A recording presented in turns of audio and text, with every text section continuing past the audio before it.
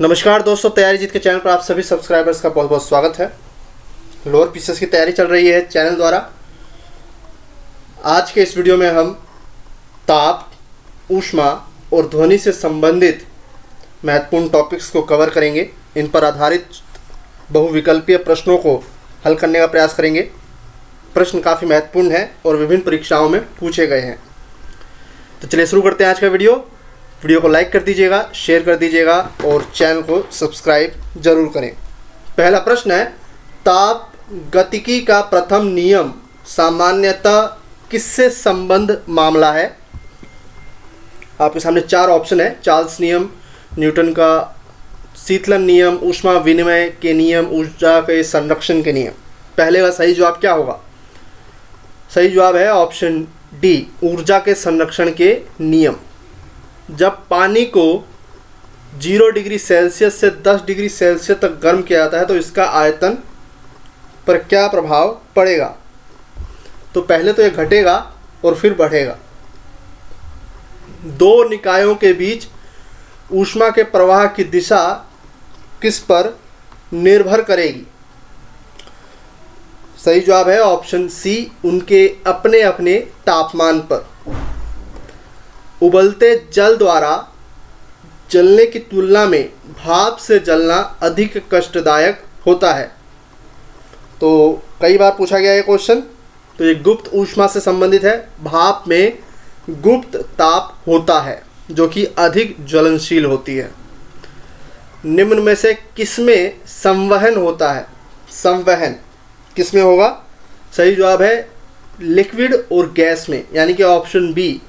FCI में पूछा गया क्वेश्चन, कोई पिंड ऊष्मा का सबसे अधिक अवशोषण करता है जब वह काला और खुरदरा हो, काला और मृषण हो, सफ़ेद और खुरदरा हो या सफ़ेद या मृषण हो। छठे का सही जवाब है काला और खुरदरा हो, क्योंकि हम जानते हैं काला रंग या काले रंग की कोई भी चीज़ अधिक मात्रा में जो है सौर विकिरण को ट्रैप करती है। ठीक है, बाकी जो सफ़ेद रंग है वो ज़्यादा से ज़्यादा रिफ्लेक्ट कर देती है, लेकिन काला रंग और काले रंग से संबंधित चीज़ें जो है ऑब्जॉर्ब करने में अधिक सक्षम होती हैं। आपेक्षिक आर्द्रता को किस रूप में व्यक्त किया जाता है? आपेक्षिक आर्द्रता, सही जवाब है प्रतिशत। भीषण सर्दी में ठंडे देशों में पानी की पाइपें फट जाती हैं, किस कारण से?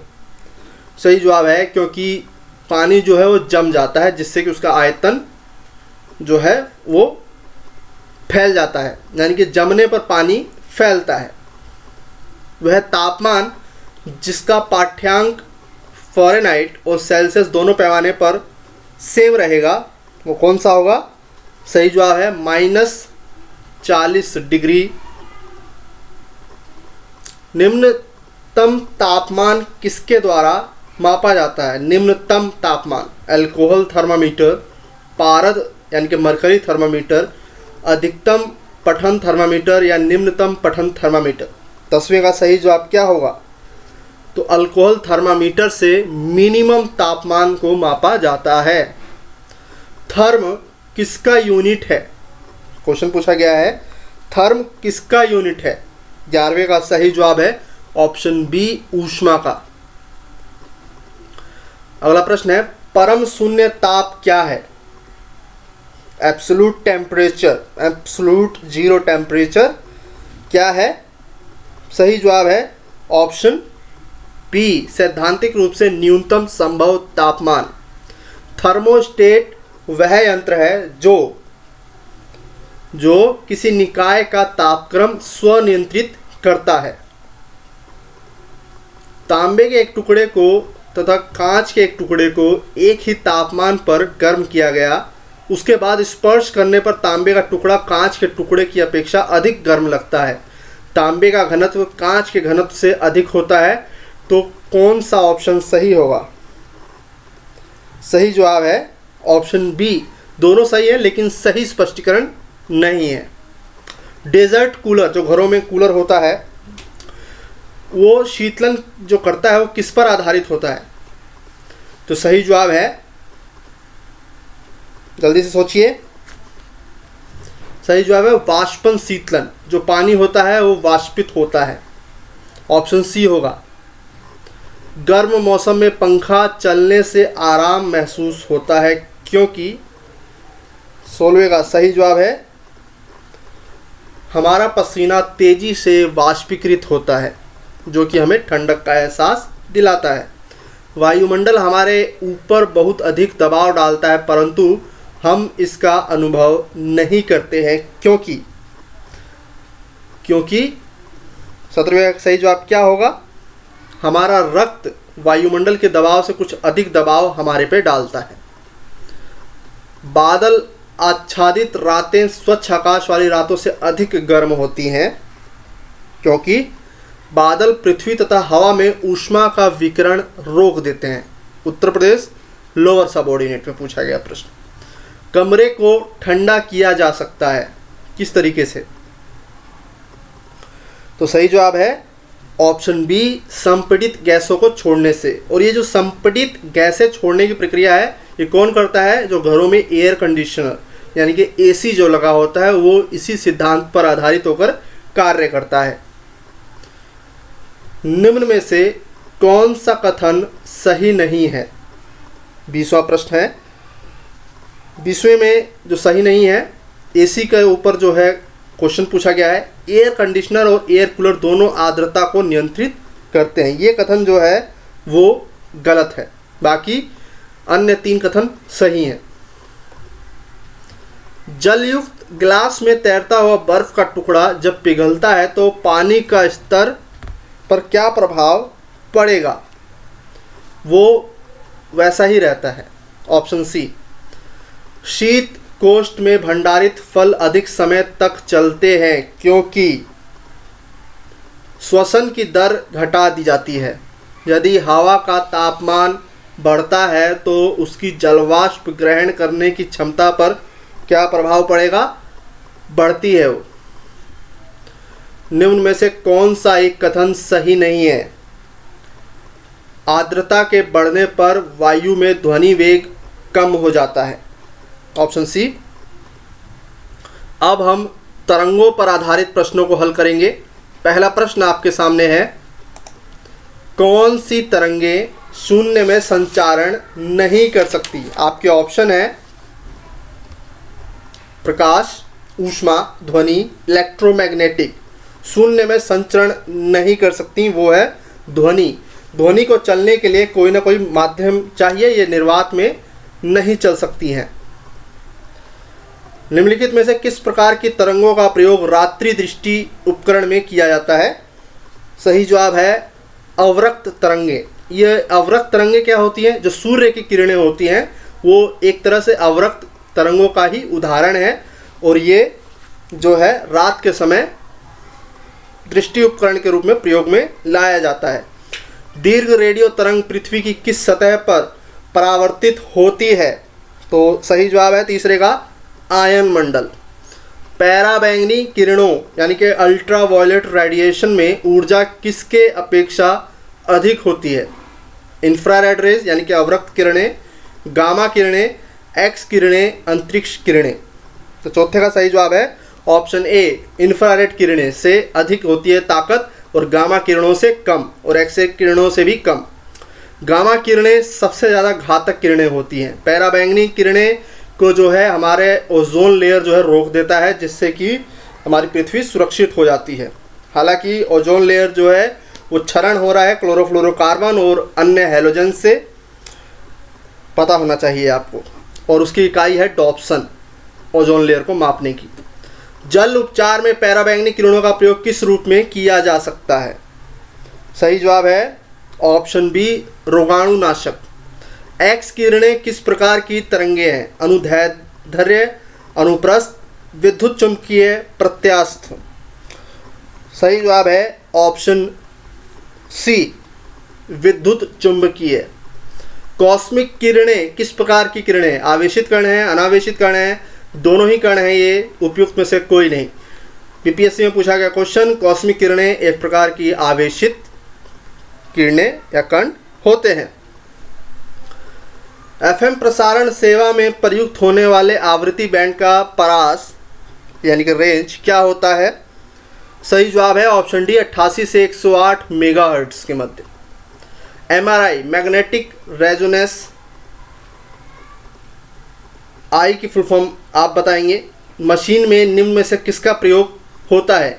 चलिए आई का बता देता हूँ। Imaginary, magnetic resonance imaginary machine में निम्न में से किसका प्रयोग किया जाता है? तो एमआरआई जो कि अस्पतालों में प्रयोग में लाया जाता है। 9वें का सही जवाब है ऑप्शन डी चुंबकीय तरंगे। एक्स किरणों का प्रयोग किस लिए किया जा सकता है? तो बहुमूल्य पत्थरों और हीरा में खराबी का पता लगाने हेतु। किस विकिरण में सबसे कम तरंग दैर्ध्य होता है? अल्फा किरणें, गामा किरणें, एक्स किरणें या बीटा किरणें? 11वें का सही जवाब है गामा किरणें का तरंग दैर्ध्य सबसे कम होता है। सिटी स्कैन करने में प्रयोग में लाई जाती है अवरक्त किरणें, प्राश्रव्य तरंगें, दृश्य प्रकाश, एक्स किरणें। तो सिटी स्कैन काफ़ी सिंपल प्रश्न है, सही जवाब है एक्स किरणें। ठीक है। सोनार, जो सोनार टेक्नोलॉजी है उसमें किस प्रकार की तरंगों का प्रयोग किया जाता है? प्राश्रव्य तरंगे। सोनार कहाँ पे? नौ संचालन के क्षेत्र में प्रयोग में लाए जाने वाली तकनीक, जिससे कि समुद्र की गहराई में छिपी हुई चीज़ों का पता लगाया जाता है। दो उत्तरोत्तर श्रृंग अथवा दो उत्तरोत्तर गर्त के बीच की दूरी को क्या कहते हैं? सही जवाब है तरंग दैर्ध्य। दूर संचार के लिए प्रयुक्त तरंगे कौन सी हैं? तो सही जवाब है 14वें का ऑप्शन डी माइक्रोवेव। टेलीविज़न के दूरस्थ नियंत्रण के लिए किस प्रकार के विद्युत चुंबकीय विकिरण का उपयोग किया जाता है? तो 15वें का सही जवाब है ऑप्शन ए इंफ्रारेड। ठीक है, जिससे कि हम रिमोट जो है टीवी का जो होता है उसके अंदर जो बत्ती जलती है वो इंफ्रारेड रेज का ही उदाहरण है। अब नेक्स्ट टॉपिक हमारा है ध्वनि। इस पर आधारित प्रश्नों को हम देख लेते हैं। नीचे दिए गए विकल्पों में से किसमें ध्वनि आर पार नहीं जा सकती? तो मैंने जैसा कि आपको बताया ध्वनि के लिए जो है कोई ना कोई माध्यम होना चाहिए। तो ध्वनि जो है आपकी निर्वात में नहीं चल सकती। निर्वात यानी कि अंतरिक्ष, जहाँ पे कोई मीडियम है ही नहीं। सबसे तेज जो है किसमें चलेगी? इस्पात में। ये भी पता होना चाहिए आपको। इस्पात यानी कि ठोस रूप धातु का। स्पष्ट रूप से प्रतिध्वनि सुनने के लिए परावर्तक सतह और सुनने वाले के मध्य कम से कम दूरी होनी चाहिए। कितने मीटर या फीट? दूसरे का सही जवाब है ऑप्शन डी 16.5 मीटर। ध्वनि का वायु में वेग यानी कि स्पीड कितनी है? तो तीसरे का सही जवाब है ऑप्शन सी 330 मीटर पर सेकेंड। अगला प्रश्न है कम लंबाई की बांसुरी से निम्न आवृत्ति की तरंगें उत्पन्न होती हैं। ध्वनि शैलों में से केवल अनुदैर्ध्य प्रातस्थ तरंगों के रूप में प्रगामी होती हैं। यहाँ पर केवल दूसरा कथन सही है, पहला कथन गलत है। प्राश्रव्य ध्वनियाँ उनकी आवृत्ति कितनी होती हैं? प्राश्रव्य, तो सही जवाब है 5वें का ऑप्शन ए 20 से 20,000 हर्ट्ज के बीच में, यानी कि 20,000 हर्ट्ज से अधिक। अगला प्रश्न पूछा गया है लगभग 20 डिग्री सेल्सियस के तापक्रम पर किस माध्यम में ध्वनि की गति अधिकतम रहेगी? हवा, पानी, ग्रेनाइट, लोहा। तो सही जवाब है ऑप्शन डी ठोस धातु में लोहा। जल, इस्पात, नाइट्रोजन में ध्वनि की चाल को आरोही क्रम में दो होते हैं, एक होता है आरोही और एक होता है अवरोही। तो इंक्रीजिंग ऑर्डर में लगाना है। 7वें का सही जवाब होगा ऑप्शन बी। सबसे ज़्यादा होगी इस्पात में, उससे कम जल में और उसके कम नाइट्रोजन में। ऑप्शन बी है। चमगादड़ अंधेरी रातों में उड़ सकते हैं और अपना शिकार भी कर सकते हैं, इसका कारण क्या है? सही जवाब है वे प्राध्वनि तरंगे निकालते हैं और उन्हीं के द्वारा निर्देशित होते हैं। अगला है VA जो है आपका वायु है, VW जल और इस्पात, इनमें जो है ध्वनि की गति मैंने बता दिया है। तो ये क्वेश्चन मैं डायरेक्ट आंसर बता देता हूँ। इस्पात में सर्वाधिक, ऑप्शन ए। जब दो लोग आपस में बात करते हैं तब कितने डेसिबल, डेसिबल जो है वो इकाई है ध्वनि की, डेसिबल ध्वनि उत्पन्न होती है? 11वें का सही जवाब है ऑप्शन सी, लगभग 30 डेसिबल। अनुरणन विशेषतः बड़े गिरजाघरों तथा अन्य बड़े भवनों में प्रतीत होता है। दीवारों, छत और धरातल में अप्रत्यय ध्वनि परावर्तन हो सकता है। आइए इसका क्वेश्चन, और यूपी लोअर सबऑर्डिनेट में ये 2 बार पूछा गया प्रश्न है, तो 12वें का सही जवाब होगा ऑप्शन ए। दोनों ही सही हैं और सही स्पष्टीकरण है। तो लोअर पीसीएस में 2 बार पूछा गया प्रश्न। अगला प्रश्न है 13वां प्रश्न। विस्तृत रूप से प्रयुक्त संगीत स्वरग्राम, जिसे द्विटोनी स्वरग्राम कहते हैं, 7 आवृत्तियों वाला होता है। स्वर सा की आवृत्ति 256 हर्ट्ज होती है और स्वर नी की आवृत्ति 512 हर्ट्ज होती है। इसमें सही क्या है? केवल एक। ध्वनि का तारत्व किस पर निर्भर करेगा? प्रश्न संख्या 14 का सही जवाब है आवृत्ति। मनुष्य को ध्वनि कंपन की अनुभूति किस आवृत्ति सीमा में होती है? सही जवाब है ऑप्शन डी, 20 से 20,000 हर्ट्ज के बीच में। आर्द्र वायु में ध्वनि का वेग शुष्क वायु की तुलना में अधिक होता है, क्योंकि आर्द्र वायु में, ऑप्शंस को पढ़िए, सही जवाब होगा शुष्क वायु की तुलना में घनत्व कम होता है। ध्वनि तरंगों में निम्न में से कौन सी घटना नहीं हो सकती? विवर्तन, ध्रुवण, व्यतिकरण, परावर्तन। 17वें का सही जवाब है ध्रुवण। ध्वनि ऊर्जा का विद्युत ऊर्जा में परिवर्तन किया जाता है किसके द्वारा? लाउड स्पीकर द्वारा, ग्रामोफोन द्वारा, सौर कोशिका द्वारा या माइक्रोफोन द्वारा। 18वें का सही जवाब है ऑप्शन ए, माइक्रोफोन द्वारा। मनुष्य के लिए मानक ध्वनि स्तर क्या है? सुनने लायक जो उनके कानों की क्षमता है वो कितनी है? सही जवाब है 60 डेसिबल। डेसिबल किसे मापने के लिए प्रयोग में लाया जाता है? ये क्वेश्चन पूछा गया है, देखिए कई एग्जाम्स में, तो चैप्टर ही है उस पर, तो पता होना चाहिए ध्वनि। प्राश्रव्य तरंगों के बारे में निम्न कथनों पर विचार कीजिए। तो ये क्वेश्चन आईएएस एग्जाम में पूछा गया है। यहाँ पर जो है सभी के सभी कथन सही हैं, मैं पढ़ देता हूँ। ये कीड़ों को नष्ट कर सकती हैं, ये कपड़ों से धूल हटाकर उन्हें साफ कर सकती हैं, उनका उपयोग बीमारियों के उपचार के लिए किया जा सकता है, और ये स्वचालित दरवाजों को नियंत्रित कर सकती हैं। ध्वनि का वेग अधिकतम किस में होगा? तो ध्वनि का वेग जो है धातु में होगा, इस्पात में। 22वें का सही जवाब है ऑप्शन सी। निम्न द्रव्यों में से ध्वनि सबसे तेज यात्रा करेगी स्टील में। शिकार, परभक्षियों, बाधाओं का पता लगाने के लिए चमगादड़ अथवा डॉल्फिन किस परिघटना का प्रयोग करते हैं? तो पता होना चाहिए आपको। 24वें का सही जवाब है ऑप्शन डी, प्रतिध्वनि निर्धारण। विश्व स्वास्थ्य संगठन के अनुसार एक नगर के लिए सुरक्षित ध्वनि प्रदूषण का स्तर क्या है? सही जवाब है 45 डीबी डेसिबल। रात के समय आवासीय क्षेत्र में शोर का अनुपात स्तर क्या है? 26वें का सही जवाब है 45 डीबी। एक जैव पद्धति जिसमें प्राश्रव्य ध्वनि का उपयोग किया जाता है, कौन सा है? सोनोग्राफी। ठीक है। चंद्रमा के धरातल पर 2 व्यक्ति एक दूसरे की बात नहीं सुन सकते, क्योंकि वहाँ पे कोई माध्यम ही नहीं है, इसलिए जो है ध्वनि संचारित नहीं हो सकती। म्यूजियम कंसर्ट्स के लिए हॉल की दीवारों को किस प्रकार का बनाया जाता है? तो ये जो है ध्वनि को अवशोषण कर देती हैं। निम्नलिखित में से किस माध्यम में ध्वनि अपेक्षाकृत तेज चलेगी? तो फिर से वही क्वेश्चन, लोहे की छड़ में। ध्वनि तरंगों के बारे में फिर से प्रश्न है यूपीपीसीएस का। तो निर्वात में चल सकती हैं, ये कथन गलत हो गया है। केवल ठोस माध्यमों में चल सकती हैं, केवल गैसों में चल सकती हैं, ये डी होगा इसका 31वें का। ठीक है। निम्नलिखित में से किसका ध्वनि के वेग पर कोई प्रभाव नहीं पड़ता?